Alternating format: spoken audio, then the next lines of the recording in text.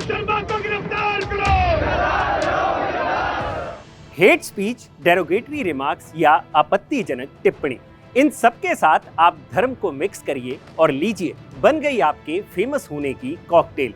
आजकल राजनीति में यही कुछ तो हो रहा है, लेकिन कभी कभार ये आपके राजनीतिक करियर पर भारी भी पड़ जाती है।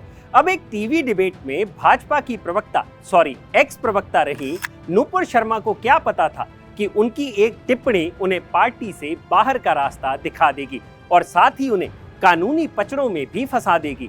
खैर, इस सब के बारे में तो आपने बहुत सुना होगा, लेकिन क्या आपको ये पता है कि भारतीय जनता पार्टी ने अपने संविधान के किस रूल का इस्तेमाल कर नुपुर शर्मा को पार्टी से बाहर का रास्ता दिखाया? नहीं जानते? चलिए बताते हैं आपको। नमस्कार, मेरा नाम है भूपेंद्र सोनी और आप देख रहे हैं अनकट।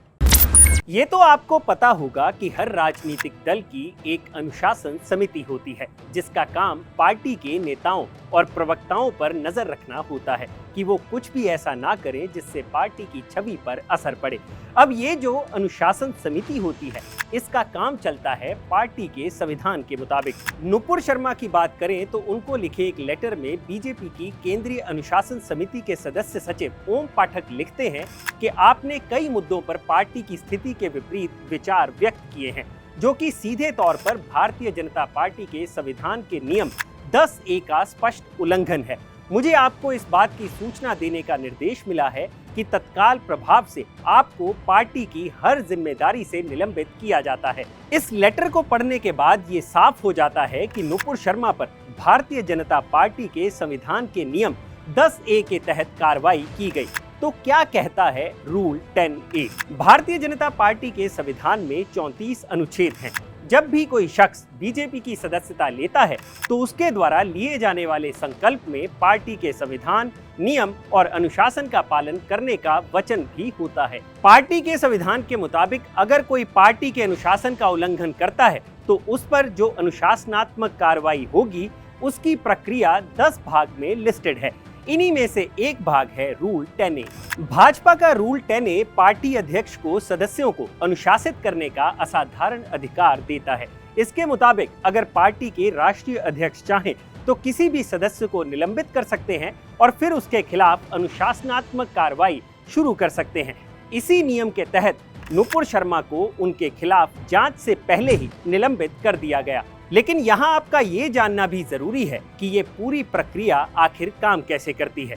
इसको स्टेप वाइज समझते हैं। जब भी कोई पार्टी सदस्य पार्टी के कार्यक्रम या उसके फैसले के खिलाफ प्रचार प्रसार करता है तो उस पर कार्रवाई के लिए अनुशासनात्मक कार्रवाई समिति का गठन किया जाता है, जिसमें 5 से ज्यादा सदस्य नहीं हो सकते। समितियां मुद्दे पर अपनी प्रक्रियाएं तैयार करती हैं। शिकायत मिलने पर राष्ट्रीय अध्यक्ष या प्रदेश अध्यक्ष आदेश मिलने के 1 सप्ताह के अंदर किसी भी व्यक्ति या इकाई को कारण बताओ नोटिस के बाद निलंबित कर सकते हैं।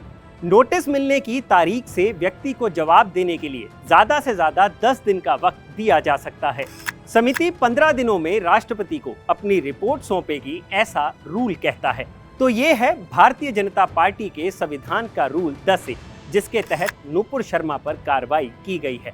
लेकिन ऐसा भी नहीं है कि ये पहली बार हुआ है जब भाजपा के किसी नेता ने ऐसा कोई बयान दिया है। इसके अलावा भी कई ऐसे नेता रहे हैं जिन्होंने पार्टी के संविधान के इतर बयान दिए हैं। तो पार्टी को बताना चाहिए कि उन पर कार्रवाई क्यों नहीं की गई। चलिए ये भी छोड़िए, पार्टी को ये तो साफ करना चाहिए कि अब आगे आने वाले वक्त में ऐसे बयान देने वाले किसी भी नेता को नहीं बख्शा जाएगा। खैर, आगे क्या होगा कह नहीं सकते, लेकिन अगली बार कोई बयान ऐसा सुने तो नेताओं को रूल 10A की याद जरूर करवाइएगा।